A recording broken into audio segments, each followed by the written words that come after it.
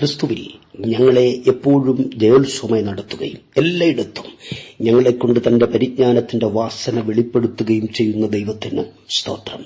രക്ഷിക്കപ്പെടുന്നവരുടെ ഇടയിലും നശിക്കുന്നവരുടെ ഇടയിലും ഞങ്ങൾ ദൈവത്തിന് ക്രിസ്തുവിന്റെ സൗരഭ്യവാസനയാകുന്നു. പരിശുദ്ധ കർത്താവിന്റെ പവിത്ര നാമത്തിന് നന്ദി നിറഞ്ഞ ഹൃദയത്തോടെ സ്തുതി സ്തോത്രങ്ങൾ അർപ്പിച്ചുകൊണ്ട് എന്റെ എല്ലാ ബഹുമാന്യ ശ്രോതാക്കളെയും ക്രിസ്തുവിന്റെ സ്നേഹത്തിൽ വന്ദനം ചെയ്യുന്നു. മഹാദൈവം എല്ലാ പ്രിയപ്പെട്ടവരെയും സമൃദ്ധിയായി അനുഗ്രഹിക്കട്ടെ. സ്തോത്രം. ശ്രേഷ്ഠനായ പൗലോസ്ലീഹ കൊരിന്തിലെ സഭയ്ക്ക് എഴുതിയ രണ്ടാമത്തെ ലേഖനം 2-ാം അധ്യായം 14-15 വാക്യങ്ങളാണ് ഇന്നത്തെ ചിന്തയ്ക്ക് ആധാരമായി വായിച്ചു കേട്ടത്. ക്രിസ്തുവിൽ ഞങ്ങളെ എപ്പോഴും ജയോത്സവമായി നടത്തുകയും എല്ലായിടത്തും ഞങ്ങളെക്കൊണ്ട് തന്റെ പരിജ്ഞാനത്തിന്റെ വാസന വെളിപ്പെടുത്തുകയും ചെയ്യുന്ന ദൈവത്തിന് സ്തോത്രം.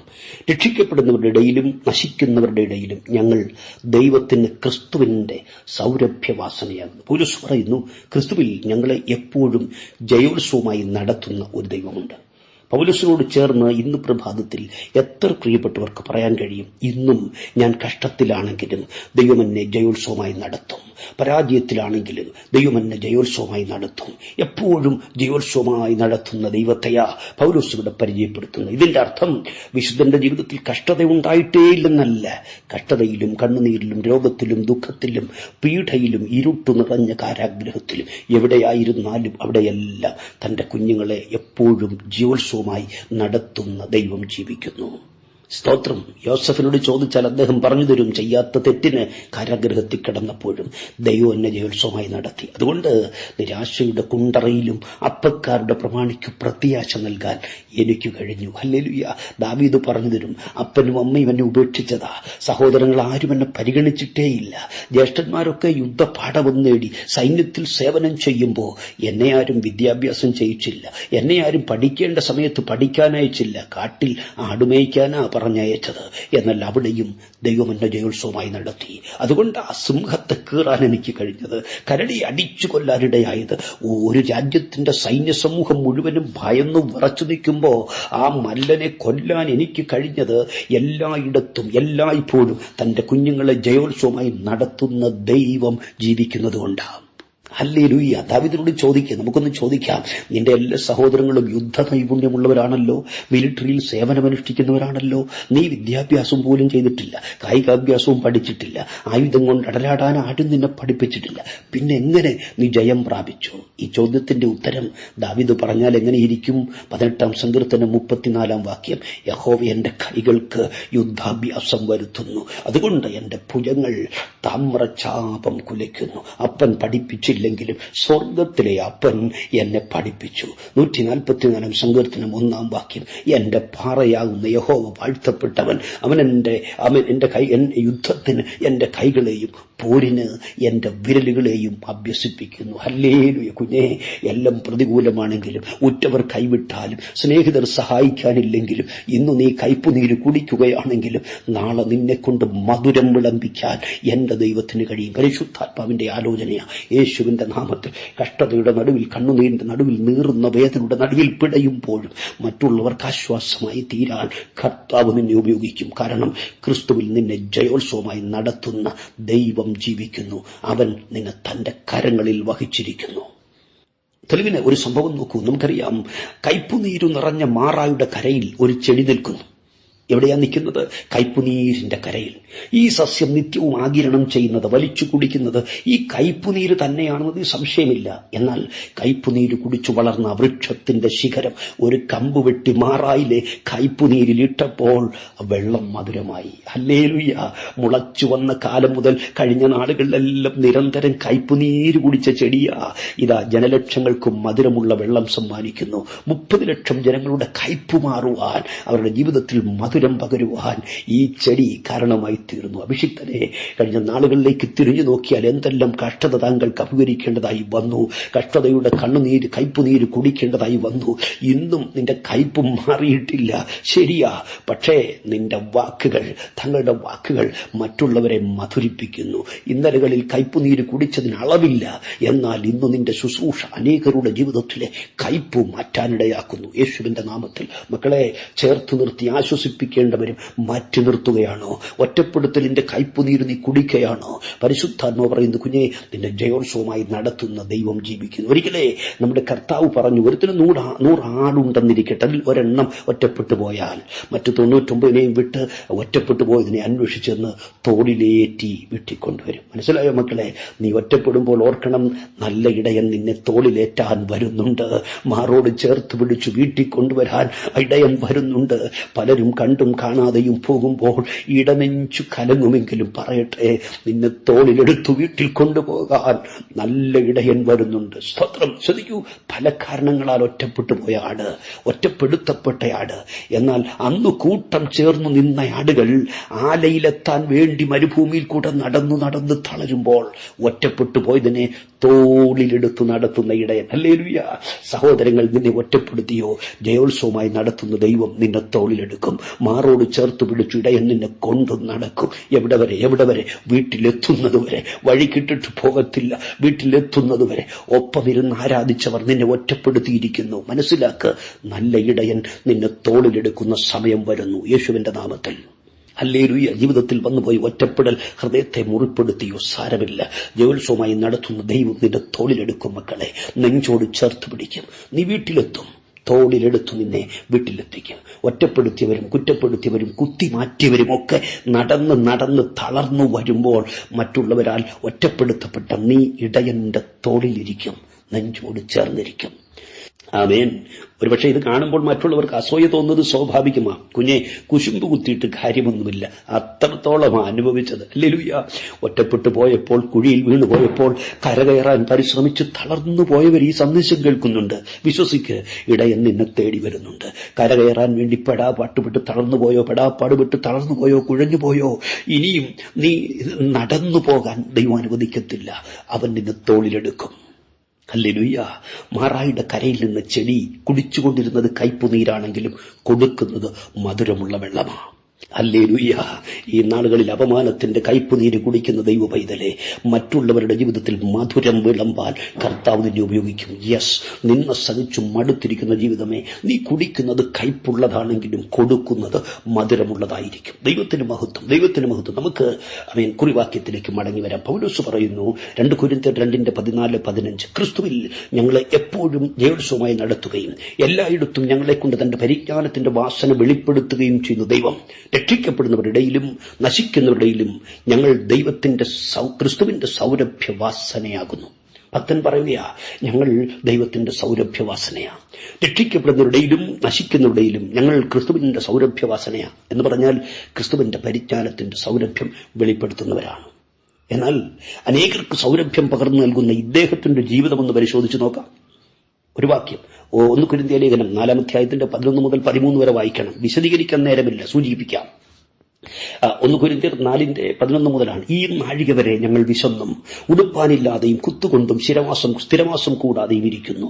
സ്വന്തം കയ്യാൽ വേല ചെയ്ത് അധ്വാനിക്കുന്നു. ഉപദ്രവമേറ്റിട്ട് സഹിക്കുന്നു. ദൂഷണം കേട്ട് നല്ല വാക്ക് പറയുന്നു. 13-ാം വാക്യം, ഞങ്ങൾ ലോകത്തിന്റെ ചവറുപോലെയും ഇന്ന് വരെ സകലത്തിന്റെയും അഴുക്കായും ഇരിക്കുന്നു. ഹല്ലേലൂയ.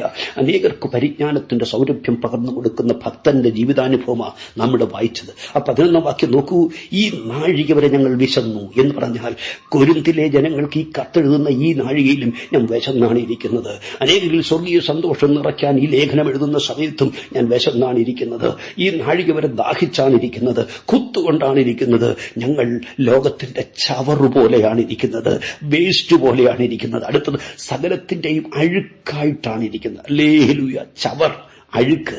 ഈ ചവറിൽ നിന്നാണ്, ഈ അഴുക്കിൽ നിന്നാണ് അനേകരെ സൗരഭ്യവാസനയാൽ നിറയ്ക്കുന്നത്. ഹല്ലേലൂയ. മാറായുടെ കരയിൽ നിന്ന് ആ കയ്പുനീര് കുടിച്ച് വളർന്ന ചെടി ജനലക്ഷങ്ങൾക്ക് മധുരമുള്ള വെള്ളം നൽകിയതുപോലെ ലോകം ചവറെന്ന് വിളിച്ചവർ, അഴുക്കെന്ന് വിളിച്ചവർ ഇതാ ക്രിസ്തുവിന്റെ സൗരഭ്യവാസന പുറപ്പെടുവിക്കുന്നു. മക്കളെ, ലോകം നിനക്ക് വില കൽപ്പിച്ചില്ലെങ്കിലും, കുടുംബ മഹിമയില്ലെന്ന് പറഞ്ഞ് അപമാനിച്ചാലും, നിറത്തിന്റെ പേരിൽ ഒറ്റപ്പെടുത്തിയാലും തങ്ങളെ ക്രിസ്തുവിന്റെ സൗരഭ്യവാസനയാൽ മാറ്റാൻ എന്റെ ദൈവത്തിന് കഴിയും. നശിച്ചു പോകുന്നവർക്കും രക്ഷിക്കപ്പെടുന്നവർക്കും സൗരഭ്യം വിതറുന്ന മാനപാത്രമാക്കി കർത്താവ് നിന്നെ പണിതെടുക്കും യേശുവിന്റെ നാമത്തിൽ. വിശ്വസിക്കാമോ? പ്രസന്നമായ പൗലോസ് പറയുന്ന ഒരു സ്റ്റേറ്റ്മെന്റ് ഉണ്ട്, ശ്രദ്ധേയമാത്. അമേനമേന 2 കൊരിന്ത്യർ ലേഖനം നോക്കൂ, 12-ാം അധ്യായം 7 മുതൽ 9 വരെ. വെളിപ്പാടുകളുടെ ആധിക്യത്താൽ ഞാൻ അതിയായി നിഗളിച്ചു പോകാതിരിക്കാൻ എനിക്ക് ജഡത്തിൽ ഒരു ശൂലമുണ്ടായിരുന്നു. ഞാൻ നിഗളിച്ചു പോകാതിരിക്കേണ്ടതിന് എന്നെ കുത്താൻ സാത്താന്റെ ഒരു ദൂതനെ തന്നെ അതെന്നെ വിട്ടു നീങ്ങേണ്ടതിന് ഞാൻ 3 വട്ടം കർത്താവോട് അപേക്ഷിച്ചതാ. അവൻ എന്നോട് പറഞ്ഞു, എന്റെ കൃപ നിനക്ക് മതി, എന്റെ ശക്തി ബലഹീനതയിൽ തികഞ്ഞു വരുന്നു. സ്തോത്രം. പദാനുപദം വിശദീകരിക്കേണ്ടതാണ്, വേഗത്തിൽ സൂചിപ്പിക്കാം. പൗലോസ് പറയുക, എന്റെ ശരീരത്തിൽ ശൂലം കൊണ്ട് കുത്തുന്നത് പോലെ വേദനിപ്പിക്കുന്ന ഒരു രോഗമുണ്ട്. രോഗമെന്തുമായിക്കൊള്ളട്ടെ, പലർക്കും പല അഭിപ്രായങ്ങൾ. പക്ഷേ അനുഭവം ശൂലം കൊണ്ട് കുത്തുന്നത് പോലെയാ. നിഗളിച്ചിട്ട് പിശാചിന് വന്ന ശിക്ഷാവിധിയിൽ അകപ്പെടാതിരിക്കാൻ ദൈവം കൊടുത്ത രോഗമാണ് ഈ ശൂലം. തന്നെ നിരന്തരം കുത്തി നോവിക്കുന്ന ശൂലം. 1 വട്ടമല്ല, 2 വട്ടമല്ല, 3 വട്ടം താൻ ദൈവത്തോട് പ്രാർത്ഥിച്ചതൊന്ന് മാറാൻ കർത്താവിന്റെ മറുപടി എന്താ? എന്റെ കൃപ നിനക്ക് മതി കുഞ്ഞേ, എന്റെ ശക്തി ബലഹീനതയിൽ തികഞ്ഞു വരും. രോഗം മാറ്റണം, മറുപടി എന്താ? കൃപ തരാം. രോഗം മാറ്റിയില്ലെങ്കിലും കൃപ നൽകി. ഹല്ലേലൂയ. അതുകൊണ്ട് ശൂലം കൊണ്ട് കുത്തുന്ന വേദനയുടെ ശൂലം കൊണ്ട് കുത്തുന്ന പോലെയുള്ള വേദന അനുഭവിക്കുമ്പോഴും ചെല്ലുന്നിടത്തെല്ലാം തൻ രോഗികളെ സൗഖ്യമാക്കി. ഹല്ലേലൂയ. നമുക്കറിയാം, AD 33 ക്രിസ്തുവിന്റെ കരസ്പർശനം അനുഭവിച്ചവനാ പൗലോസ്. എന്നാൽ അവൻ AD 68 തൻ രക്തസാക്ഷിത്വം വഹിക്കുന്നത് വരെ കുത്തി നോവിക്കുന്ന ഈ രോഗവും ചുമന്നുകൊണ്ട് ചെയ്തെടുത്ത അത്ഭുതങ്ങൾ എണ്ണിയാൽ ഒടുങ്ങുന്നില്ല. ഹല്ലേലൂയ. എലീമാസിന്റെ ഭൂതത്തെ പുറത്താക്കിക്കൊണ്ട പൗലോസ് അത്ഭുതങ്ങൾക്ക് തുടക്കം കുറിച്ചത്. എന്നാൽ ദീർഘമായ 35 വർഷങ്ങൾ യെരൂശലേം മുതൽ ഇല്ലൂര്യ ദേശം വരെ എന്ന് പറഞ്ഞാൽ ഏഷ്യ മൈനർ എന്ന വിസ്തൃതമായ ഭൂപ്രദേശം മുഴുവനും താൻ ക്രിസ്തുവിൽ നിന്ന് പ്രാപിച്ചെടുത്ത ശുശ്രൂഷയിലൂടെ ആയിരങ്ങളെ സൗഖ്യമാക്കി. അവിടെയും തീർന്നില്ല. ന്യായാധിപന്മാരോടും സഹസ്രാധിപന്മാരോടും രാജാക്കന്മാരോടും അടിമകളോടും കാരാഗ്രഹത്തിൽ കിടന്ന സഹതടവുകാരോടും എല്ലാം സുവിശേഷം അറിയിച്ചു. ശാന്തിയും സമാധാനവും സൗഖ്യവും പ്രദാനം ചെയ്തു. ആമേൻ. അപ്പോസ്തലപ്രവൃത്തി 19:11 പൗലോസ് എഴുതിയിരിക്കുന്നത് നോക്കൂ, പൗലോസിന്റെ റൂമാല് തൊട്ടവർക്ക് സൗഖ്യം പ്രാപിച്ചു, ഉത്തരീയം തൊട്ടവർ വിടുതൽ പ്രാപിച്ചു. ഹല്ലേലൂയ. എന്റെ പ്രിയപ്പെട്ടവരെ, പക്ഷെ സമൂഹം അദ്ദേഹത്തിന് കൊടുത്ത പദവി എന്താ? ലോകത്തിന്റെ ചവർ. ഹല്ലേലൂയ. ലോകത്തിന്റെ വേസ്റ്റ്, സകലത്തിന്റെയും അഴുക്ക്. എന്റെ പ്രിയരെ, ചവറിൽ നിന്നും സൗരഭ്യം പുറപ്പെടുമോ? അഴുക്കിൽ നിന്നും സുഗന്ധം പുറപ്പെടുമോ? ഒരിക്കലും സാധ്യമല്ല. ഹല്ലേലൂയ. എന്നാൽ മക്കളെ, കർത്താവ് നിന്നെ കണ്ടിട്ടുണ്ടെങ്കിൽ സമൂഹം അഴുക്കാണെന്ന് മുദ്ര കുത്തിയാലും കുടുംബത്തിലുള്ളവർ ചവറാണെന്ന് വിലയില്ലാത്തവരെന്ന് പറഞ്ഞ് പരിഹസിച്ചാലും വിശ്വസിക്ക്, രക്ഷിക്കപ്പെടുന്നവരുടെ ഇടയിൽ മാത്രമല്ല നശിച്ചു പോകുന്നവരുടെ ഇടയിലും ക്രിസ്തുവിന്റെ സൗരഭ്യം വെളിപ്പെടുത്താൻ ദൈവം തന്നെ ഉപയോഗിക്കും. സ്തോത്രം. കാൽവരിയിലെ കൊലമരത്തിലേക്ക് നോക്ക്. നിത്യപിതാവിന്റെ ഏകജാതനായ പുത്രൻ ഇത് 2 കള്ളന്മാരുടെ നടുവിൽ 3 നാണികളിൽ മാനവജാതിയുടെ പാപം ചുമന്നുകൊണ്ട് ശാപം വഹിച്ചുകൊണ്ട് പരമയാഗമായി തീരുകയാണ്. ഹല്ലേലൂയ. മതം പറയും, മരത്തിൽ തൂങ്ങുന്നതിനെല്ലാം ശപിക്കപ്പെട്ടവൻ. ഇതാ ദൈവപുത്രൻ മരത്തിൽ തൂങ്ങി നിൽക്കുന്നു. ഉഴുതുമറിക്കപ്പെട്ട ശരീരം, കുത്തിത്തുളയ്ക്കപ്പെട്ട വിലാപ്പുറം, തുപ്പലേറ്റ പൊന്നുമുഖം, മുൾക്കിരീടം അടിച്ചു കയറ്റിയ ശിരസ്. മതവും സമൂഹവും രാജ്യവും ഒരുപോലെ പറഞ്ഞു, ശപിക്കപ്പെട്ടവൻ, ശപിക്കപ്പെട്ടവൻ. പാപമെന്തെന്നറിയാത്തവനെ ദൈവം പാപമാക്കിയപ്പോൾ ലോകം വിധിയെഴുതി, മഹാപാപി. സ്തോത്രം. ഹല്ലേലൂയ. എന്നാൽ പ്രിയപ്പെട്ടവരെ, മുഴുവൻ ലോകത്തിന്റെയും പാപം ചുമന്നവൻ ഇന്നും ജനകോടികൾക്ക് പാപമോചനം നൽകിക്കൊണ്ട് ജീവിക്കുകയാണ്. നന്ദിയോടെ സ്തോത്രം. ഇന്ന് പുലരിയിൽ വിശ്വസിക്കാമെങ്കിൽ നിന്റെ പാപത്തിനും പരിഹാരം യേശുക്രിസ്തു നൽകും. യേശുവിന്റെ നാമത്തിൽ. ശാപമെന്തെന്നറിയാത്തവൻ ശാപമായി തീർന്നപ്പോൾ ലോകം വിളിച്ചു പറഞ്ഞു, ശപിക്കപ്പെട്ടവൻ. എന്നാൽ ക്രൂശിൽ ശാപമായി തീർന്നവൻ, ഹല്ലേലൂയ, വിശ്വസിക്കുന്നവർക്ക് ശാപമോക്ഷം നൽകിക്കൊണ്ട് ഇന്നും ജീവിക്കുകയാ. ആരണ്ടൊക്കെ പറഞ്ഞില്ലേ കൊടിയ ശാപമുണ്ടെന്ന്, പാരമ്പര്യത്തിന്റെ ശാപമുണ്ടെന്ന്, ശാപത്തിന്റെ പിന്തുടർച്ചയുണ്ടെന്ന് പറയുന്നില്ലേ? പറയുന്നവർ പറയട്ടെ. എത്ര വലിയ കൊടിയ ശാപമാണെങ്കിലും ഈ യേശുവിന്റെ പാദമെടുത്ത് നീ ഒന്ന് കെട്ടിപ്പിടിക്കാമോ? യേശുവിനോടൊന്ന് പറയാമോ? അവൻ പാപമായി തീർന്നവൻ നിന്റെ പാപം പരിഹരിക്കും. ശാപമായി തീർന്നവൻ നിന്റെ ശാപത്തിന് പരിഹാരം വരുത്തും യേശുവിന്റെ നാമത്തിൽ. ഹല്ലേലൂയ. ശാപമെന്തെന്നറിയാത്തവൻ ശാപമായി തീർന്നപ്പോൾ ലോകം പറഞ്ഞു, ശപിക്കപ്പെട്ടവൻ. എന്നാൽ ക്രൂശിൽ ശാപമായി തീർന്നവൻ വിശ്വസിക്കുന്നവർക്ക് ശാപമോക്ഷം നൽകിക്കൊണ്ട് എന്നും ജീവിക്കുക. മക്കളെ, ഈ പുലരിയിൽ ദൈവശബ്ദം കേൾക്കുന്ന ജീവിതമേ, ലോകം നിന്നെ പാപിയെന്ന് വിളിക്കുന്നെങ്കിൽ പാപമോചനം നൽകി നിന്നെ നീതീകരിക്കുവാൻ, ജയോത്സവമായി നടത്താൻ എന്റെ കർത്താവിന് പദ്ധതിയുണ്ട്. സ്തോത്രം.